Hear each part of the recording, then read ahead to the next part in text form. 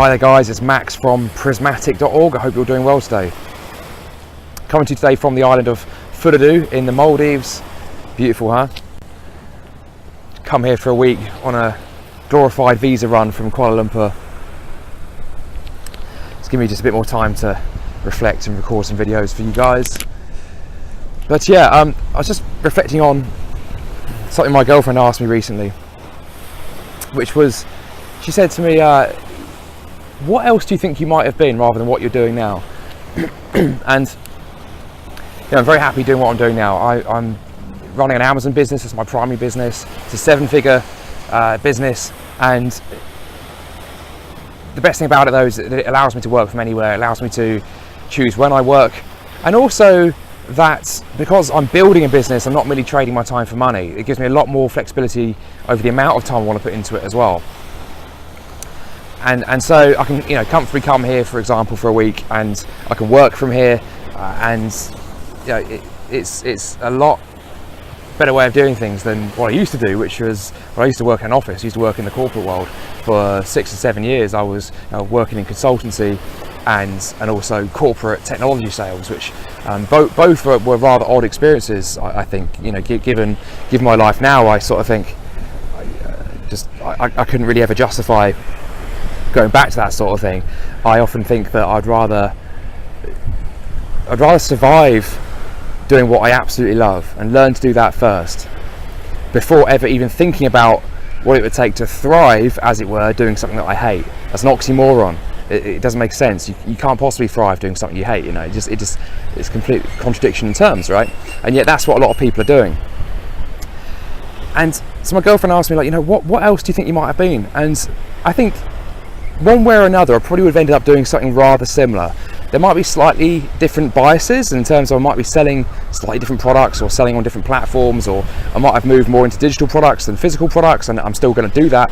But I think certain themes would still exist, namely working for myself. I just think that my nature is so, I'm such a questioner that I see things quite clearly, and corporate process is just something that, for me, that's not my kryptonite. It just does not work. I just think life is too important to waste it on things that are pointless. I'm a big fan of things that save time, a big fan of things that make things more efficient. Hey, that's why I can't stand most corporate process, because most corporate process doesn't exist to make things more efficient. It exists to give otherwise idle people something to do with their time. And part of me thinks, who can blame them? Because this is where a lot of people end up, is they either end up eventually finding what they want to do, and that's great, but it takes an inordinate amount of time and often comes at a huge cost, not just in terms of what they then do in the meantime, the opportunity cost of what else could have been, but also on their mental neurology, at its core, their habits, their conditioning. This is something I'm still working on. It's been 1,000 days since I left, pretty much, actually over 1,000 days now.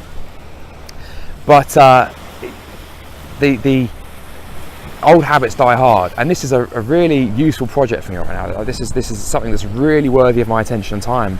For me, is unwinding those old perverse habits and tendencies. And the more I do it, the more I benefit. The more money I make for a start, the less I actually need to work, although I still choose to work, because I'm doing what I love, and the happier I feel. And so people either end up in that sort of position, a bit like me, whereby it took them a lot longer than it perhaps had to find out really what they wanted to do. And look, I'm only 29 going on 30 in a couple of weeks, so it's not like I'm old, but I could have been doing this 10 years ago. Honestly, I could have been. So, of course, the other camp, which is really not where you want to end up, is you end up one of those people on their deathbed saying that they wish they'd spent a life truer to themselves and that they hadn't merely done what was expected of them. That is what they are saying. The research has been done.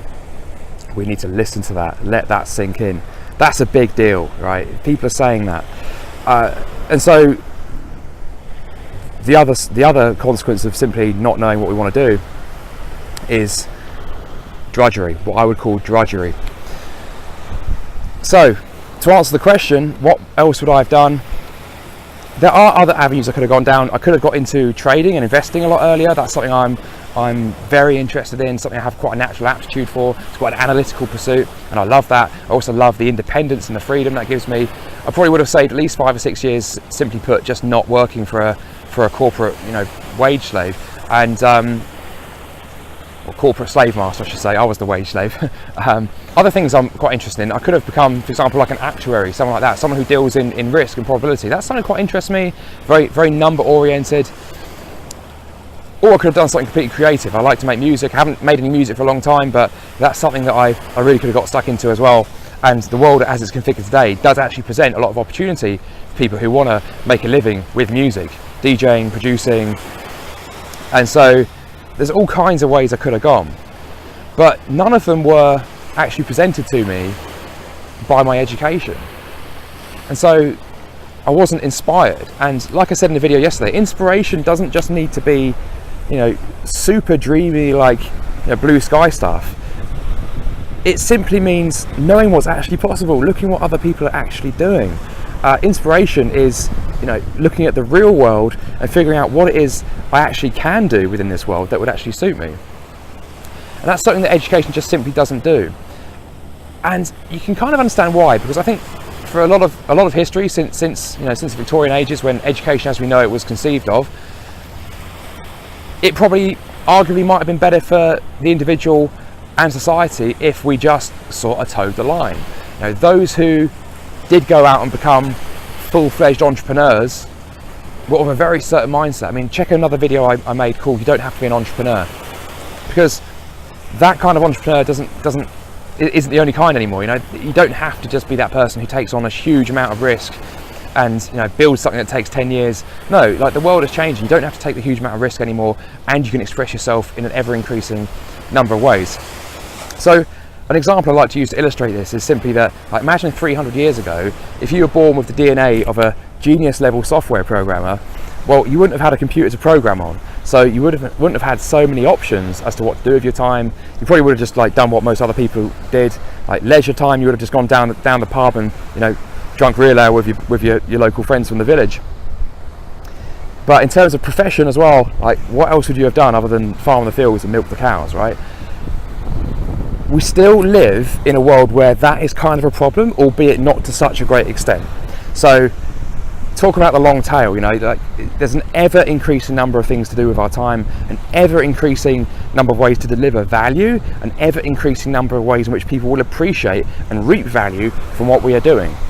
300 years ago, you could not have sold a course on equestrian Tai Chi, for example. No one really gave a crap. But now, people are actually doing it, believe it or not. People are selling courses on this thing.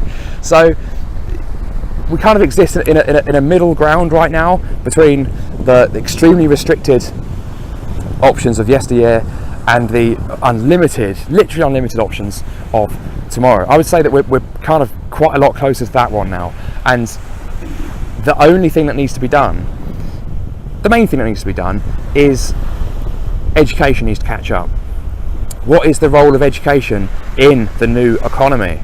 Well, if the role of education in the old economy was to make people conform, to toe the line, to make them converge on a specific function, well then, quite simply put, the role of the education system in the new economy is to diverge. It is to really do a good job at helping people understand what it is they can do with their time. And I actually think there's kind of 3 steps to this, and if you're in the coaching world, this might sound somewhat familiar. Those 3 things are simply: who are you? Know yourself. Who are you at your core? What is your personality type? What is your temperament? What is your dispositions? What are your interests? What are the things that have really made you happy in the past and might therefore make you happy in the future?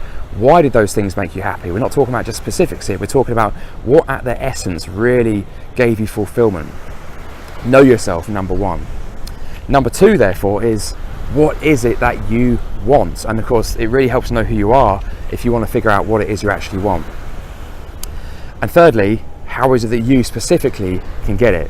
What is your unique set of skills, facts? What is it that you can do that no one else can do?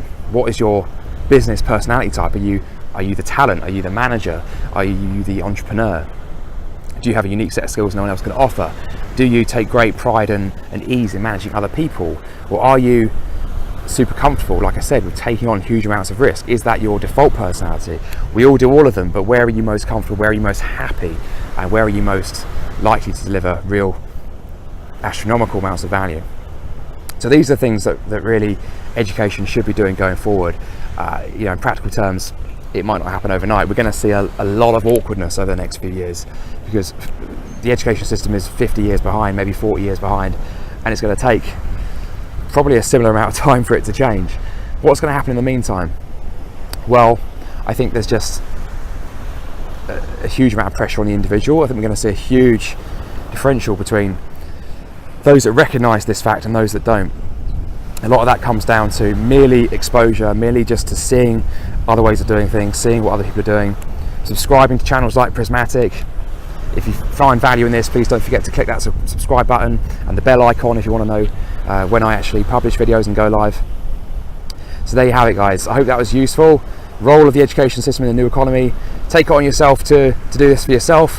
Find out a bit more about yourself, find out who you are, figure out what it is you really want and how it is that you specifically can get it. I'm going to go and enjoy more of my time on the beach. Hope that was useful, guys. I shall chat to you next time.